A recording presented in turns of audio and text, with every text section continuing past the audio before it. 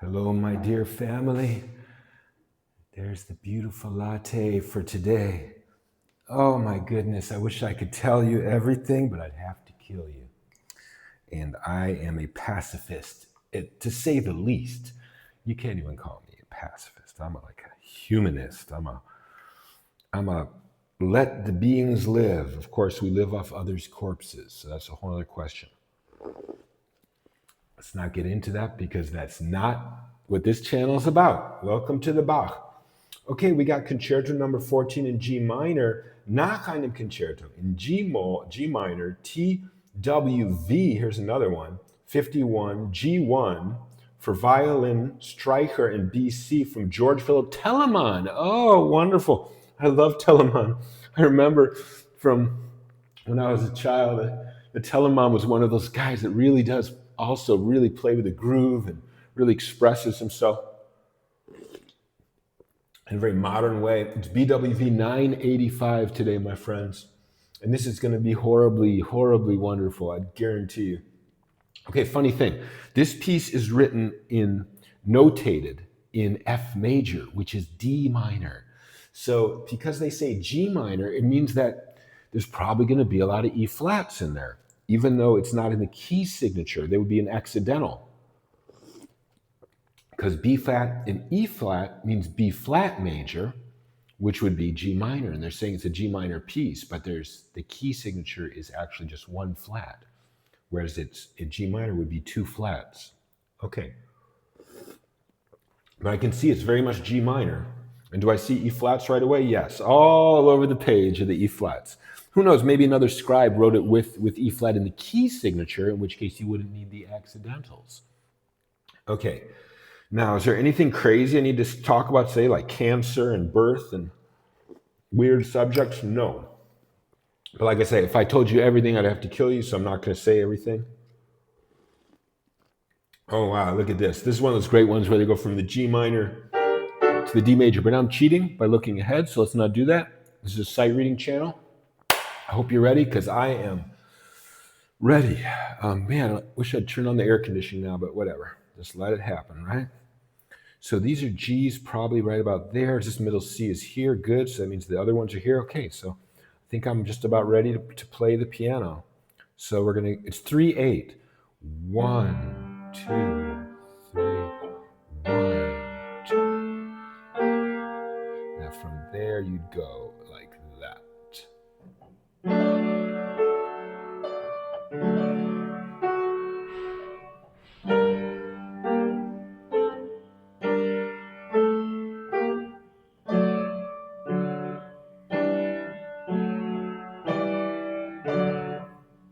There's our first E flat right there. That's the 16th notes on the left hand.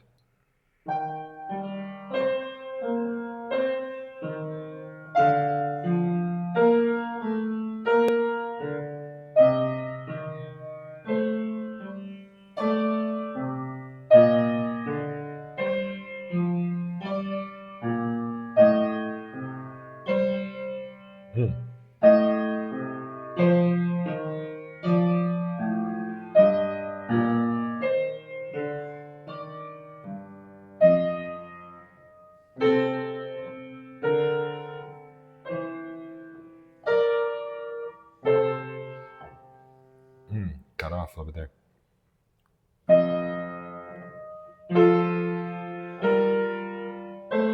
That's right.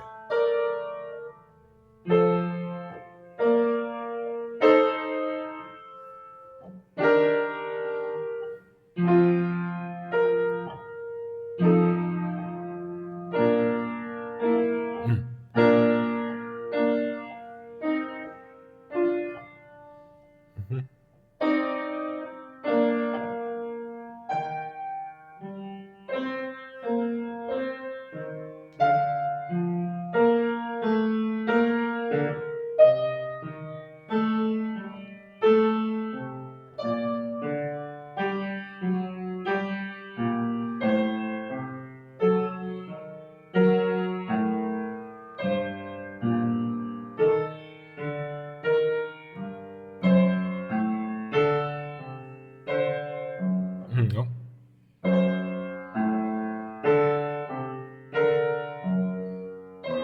Then that's E natural.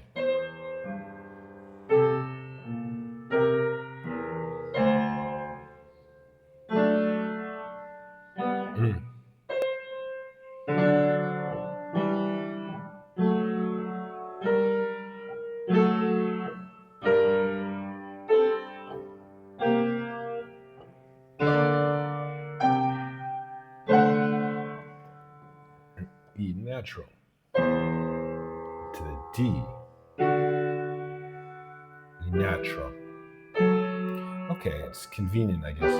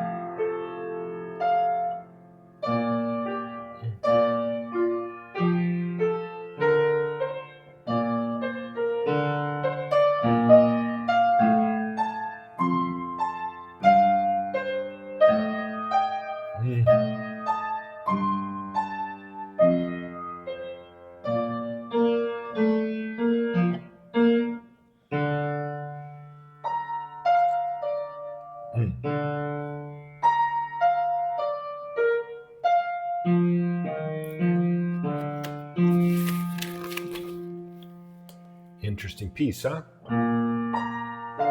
Oh, steps like this.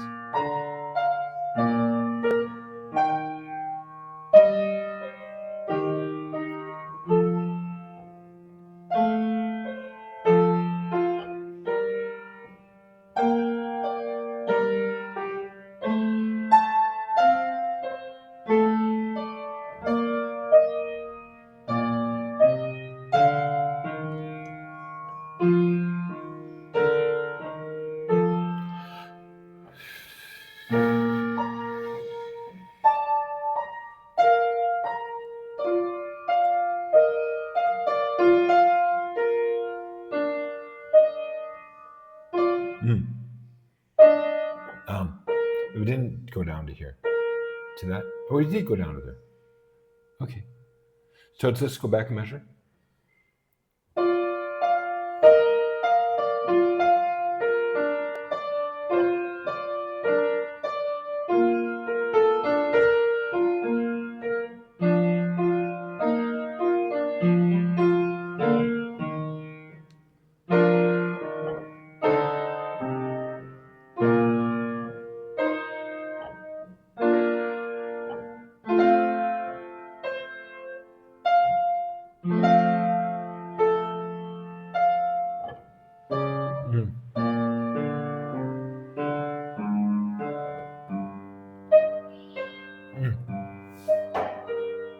Again, with that rhythm problem, it's a full beat. 1, 2, 3, 1, and 2, and 3.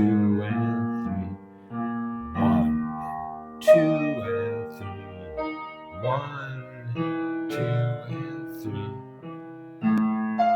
Okay, so I gotta be careful because the E's are, those are E naturals. That was right, actually. Okay, let's just play it again. 1, 2, and 3, and 1, and 2, and 3, 2, and 3, and 1, and 2, and 3, 1, and 2, and 3.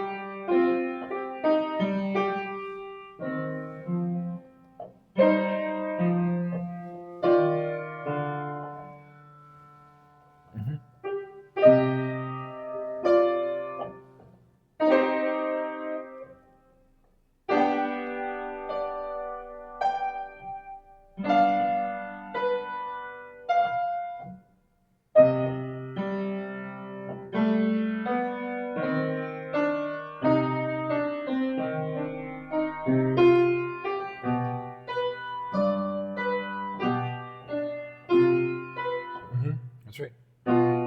Almost right.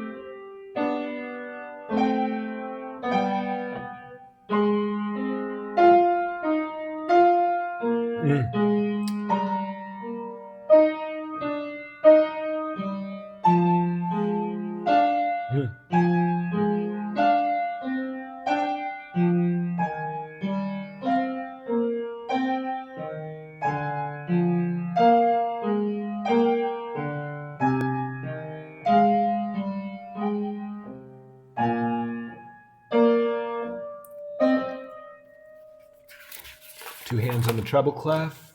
Comes in right here.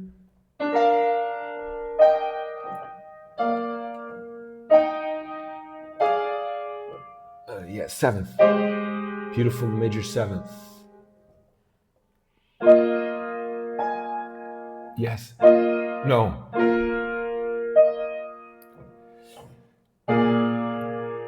Okay, kick it.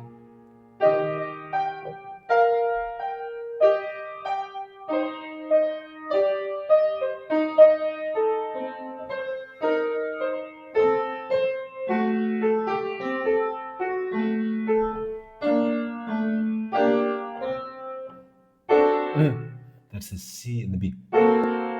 Good. Oh, almost. E natural. B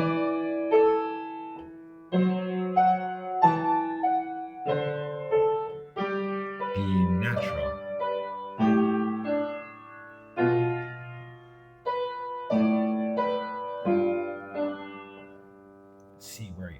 There you are. E natural. Okay.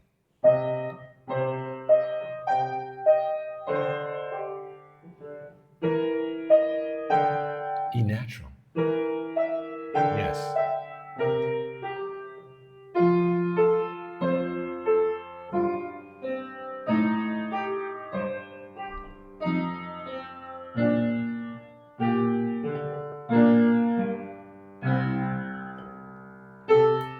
Good.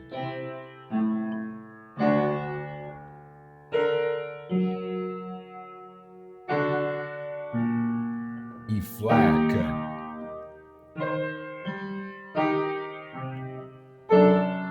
Good. Then. Good. You got it.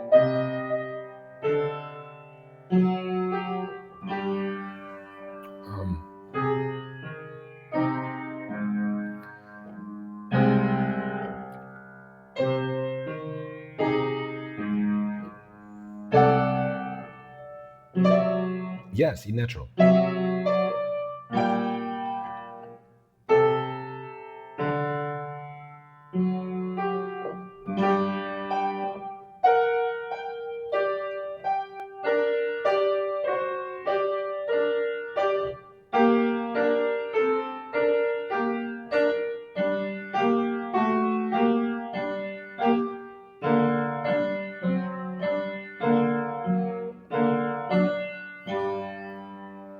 Okay, same key signature.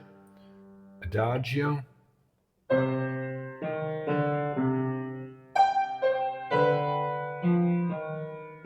That's right.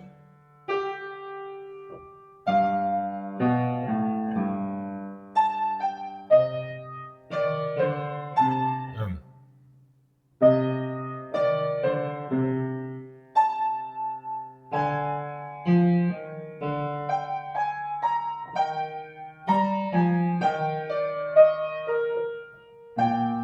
um,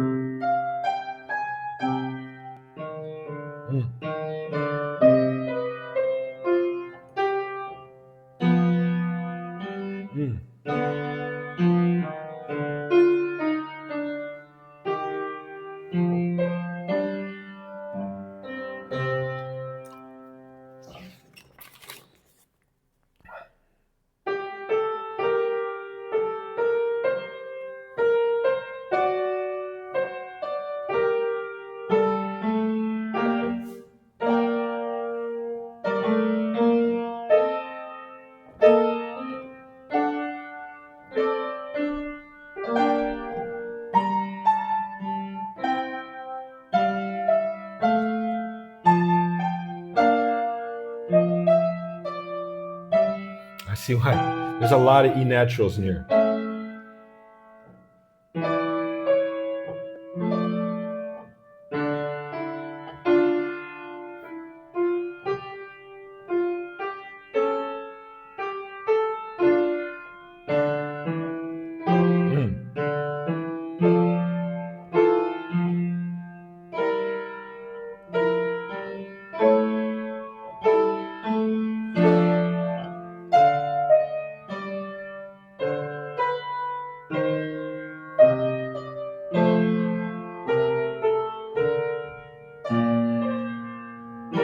A flat.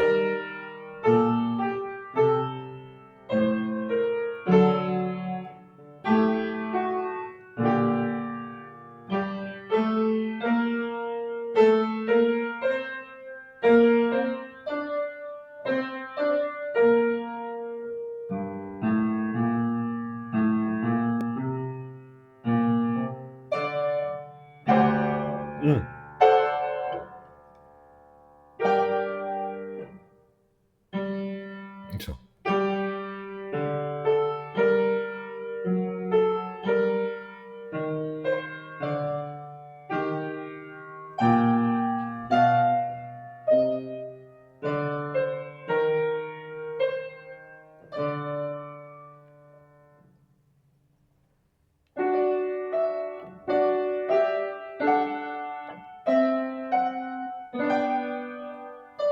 I think, is that right? Yeah.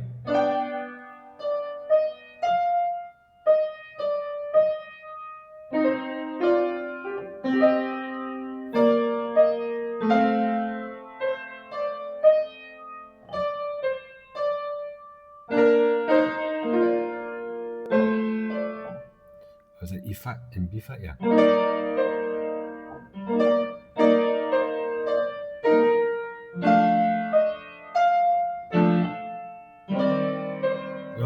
That chord is a little bit off.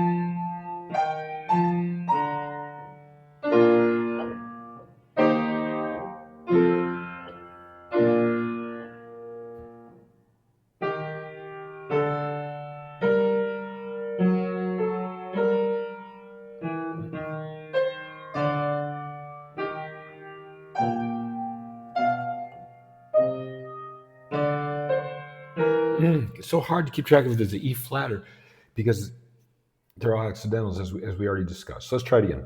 Going back 2 measures. So now, E flat,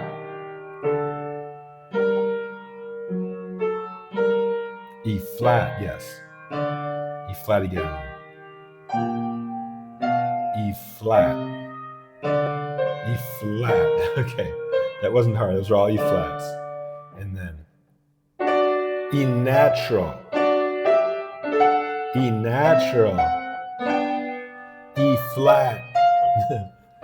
That one went from back and forth a bit there. Now E flat. That makes sense. E flat. We're still on E flat. E flat. And then now no E flat.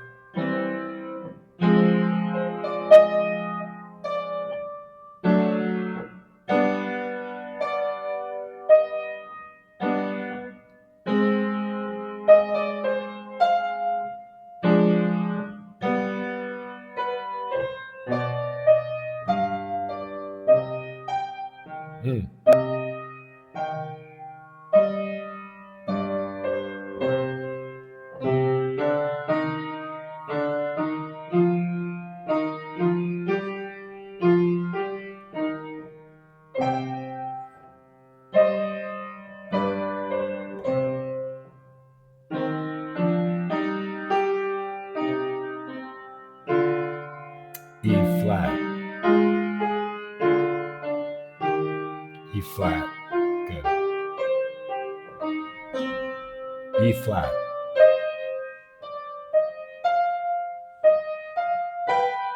E flat.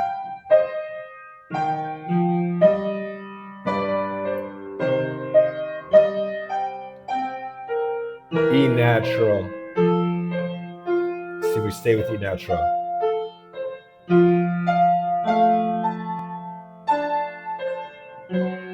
No E's. Now.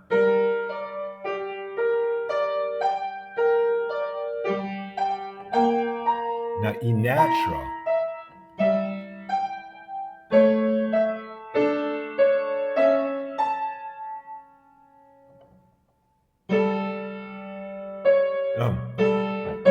E natural.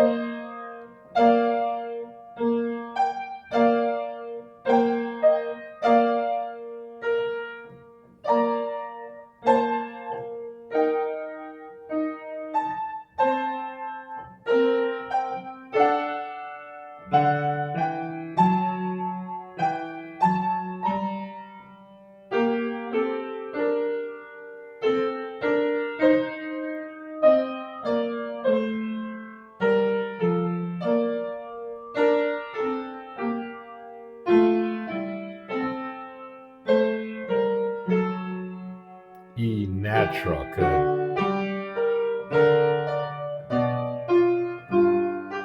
E flat.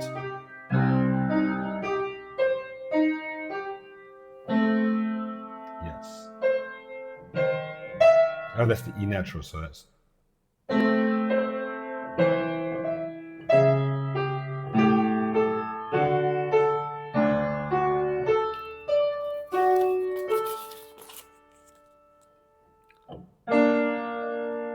Oh. Yeah.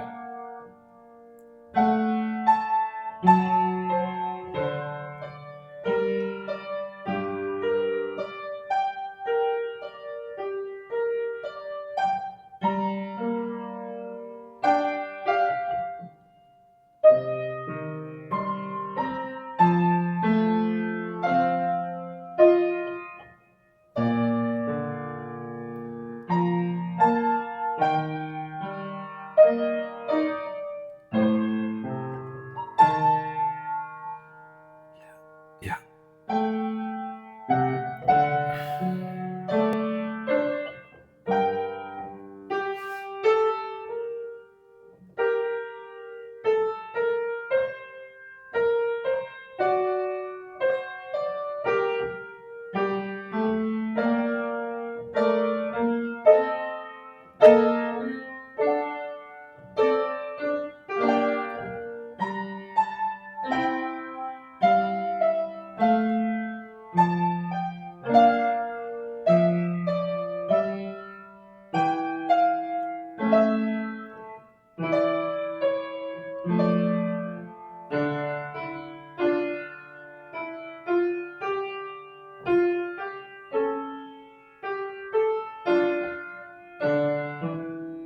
Mm.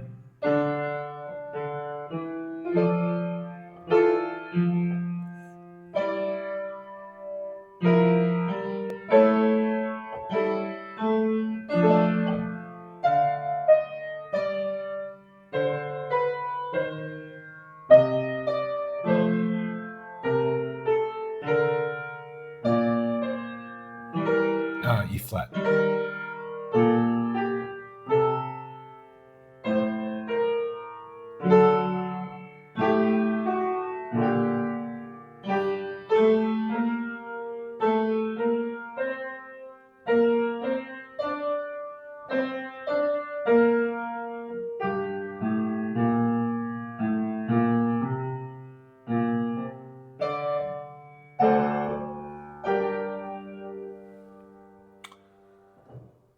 Thank you, Bach.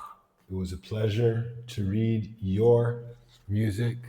Johannes Sebastian, the great father of a wonderful German family from the late 1600s, mid to early middle 1700s of, Europe, that whole area where those, you know, German tribes lived. And then before that, of course, we had the Neanderthals, which came from that valley. So those that would be probably, somewhere in Bach's grandparents would be the Neanderthals. And then, of course, Homo heidelbergensis is a great grandfather of Bach that really, definitely has been found in that area for a million years before Bach. So he definitely, his family roots go back there quite a bit in Germany.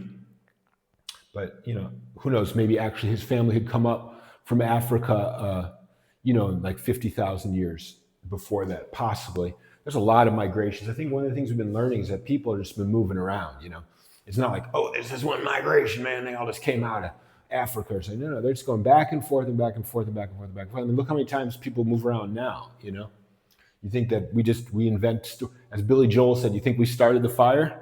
We actually didn't. It's been burning since the world's been turning. So that's a wonderful wisdom. And I hope you hear that, Billy Joel. I love your music. He's written some amazing songs over the years. So I just want to say thank you for this opportunity to slowly improve my sight reading. Yeah, I'm just slowly improving it. Really slowly, right? Is the emphasis on the word slowly, because it's not just like getting better, but it's little things you can see, little technical issues like, remembering E flat or E natural, or something like actually remembering how to get to an interval, from here, if it's a third up. The other one, concentration, just keeping your mind on the notes instead of on other relationships and stuff. I think that's it that all I have to say, but I just want to say thank you for this channel, because it has been a learning channel for me. So thank you, because actually YouTube and listeners, they actually motivate me a tremendous amount, At one point, one of my brothers said to me, he said, Tom, you haven't been posting in a while. And look, that just changed my life, because I was like, you know what? I'm just going to make these videos like this. This with a cell phone, simple. Stop doing like microbe hunter videos with microscopes, or like drone videos. I'm just going to come out of the closet, right? Like, I'm gay. I'm not. But, I'm not against it. I can't say I'm not gay, but I'm saying I'm not. But at any rate, leave that one alone. But let's get into this subject of YouTube. It's a wonderful motivator to do your content. Now, if your content is like learning, like this is, well, you're doing your study work. Yeah, buddy. So we're studying this together. And what we're studying is sight reading on the piano, and specifically Baroque music, which is very different than sight reading some other music that has more chords in it and stuff, which is also, again, a unique thing to sight read Bach, right? So that's just the wonderful thing. Man, I wanted to go back. Let's do it. Let's go back and just look at the last piece before this piece, and how he did the shale, what I call the shale, like different layers of rock. What he's talking about are different chords that are happening at the same time. Each one feels like a horizontal piece of shale. Let's see if we can find that. We'll just put in a place marker here so we know where we're at. And let's just quickly go back there. And just, I just want to do the one climbing, feels like he's climbing, chord progression where he's not really climbing. And you could see, when I was listening to it, you could hear how he changes chords midstream, and that one change of the chord midstream in a very subtle way causes the feeling of another rock, horizontal rock, like shale, moving along. Okay, so I think it's right here in the beginning also, but then also in here. Let's see if we can find it right quick. I think it's in a couple places, but maybe here's one of them. Here, let's see what this sounds like here. This was in, I was thinking of one in C major, wasn't I? Oh, this is the piece we just played. Okay. So that's why it didn't quite look familiar. Let's look at that part where this one note he slips in on the left hand, that E, then to a D, like here it is right here. Okay, let's listen to how he changes chords mid measure. So the beginning of the measure is, this is C major. So beginning of the chord is,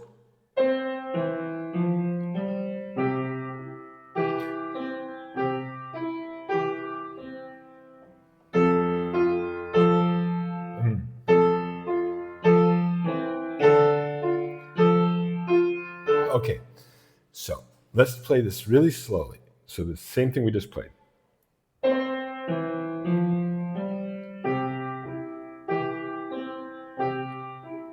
Okay, so let's just agree that whole thing was C major.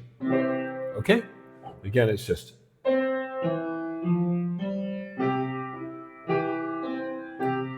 Okay, next measure, we go to F. So that's clear. Okay? We just went from C to F. Now, this measure goes like this. Now, I want to say that emotion is amazing what happens. It's the shale, rock. One is the F, okay? But then the other is this. So that D minor, which is a related chord, yes, it's the relative minor, but what I want to say is, look at how he did it so that your brain still holds that F rock shale horizontal layer while the D minor shale comes in there. You know, if horizontal rock, let's just keep that analogy. I know it's a little strained, but let's just keep it. So it's F major. Now, ooh, that's it. See, we're halfway between, we're not halfway, we're two. We're here and we're here. Now let's hear it. So it goes.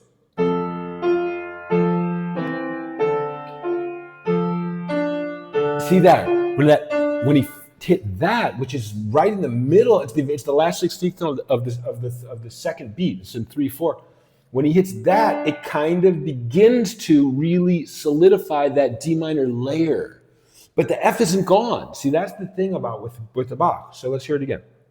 Now we're going to try to listen for that F, and where we hear this slip in, but this is still here. So it's like we're hearing both the same time, the F and the D minor at the same time. So if you played all those notes at the same time, it sounds like. So we're not doing that. It's not heavy-handed. It's F with a little bit of D minor slipping in. So I didn't do it right. The F with a little bit of D minor slipping in. But this is still here. It's because it slips in because it's not on a downbeat. It's not like we're here 2, 3, 4. It's kind of like 1, 2, 3, 4. And that's how you get your shale. Okay, so let's hear that measure one more time.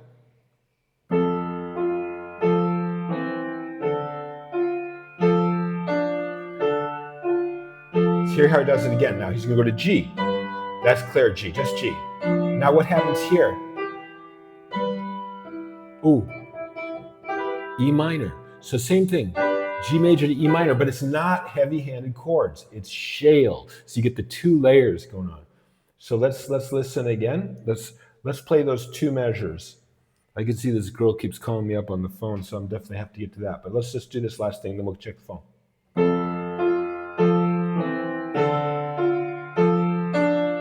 See, you did a couple layers to make it happen. Starting E minor, but not now. See, now E minor. Now we'll do it with the A. All A major, but oh, what? A little bit of F major. See how I did that? Because this. So there's different elements to bring these chords into play. There's elements in the right hand, elements in the left hand, elements on downbeats, elements within beats. And that's, if you craft that with what we call mind music, which is nothing contrived. It's nothing like written, and it's nothing played with the hands. It's just what you hear in your brain. Subjective reality, we could say subjective music. In your mind music, you could really get into that level of subtlety. So let's just finish up today by just playing that whole line, all three chords. So it's.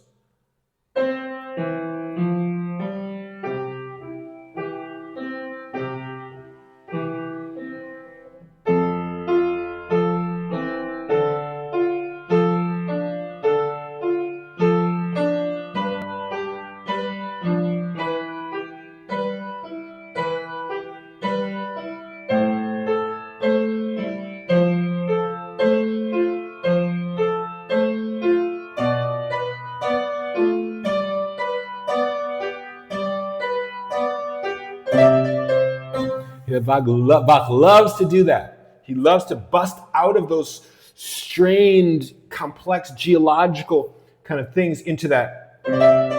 He actually played.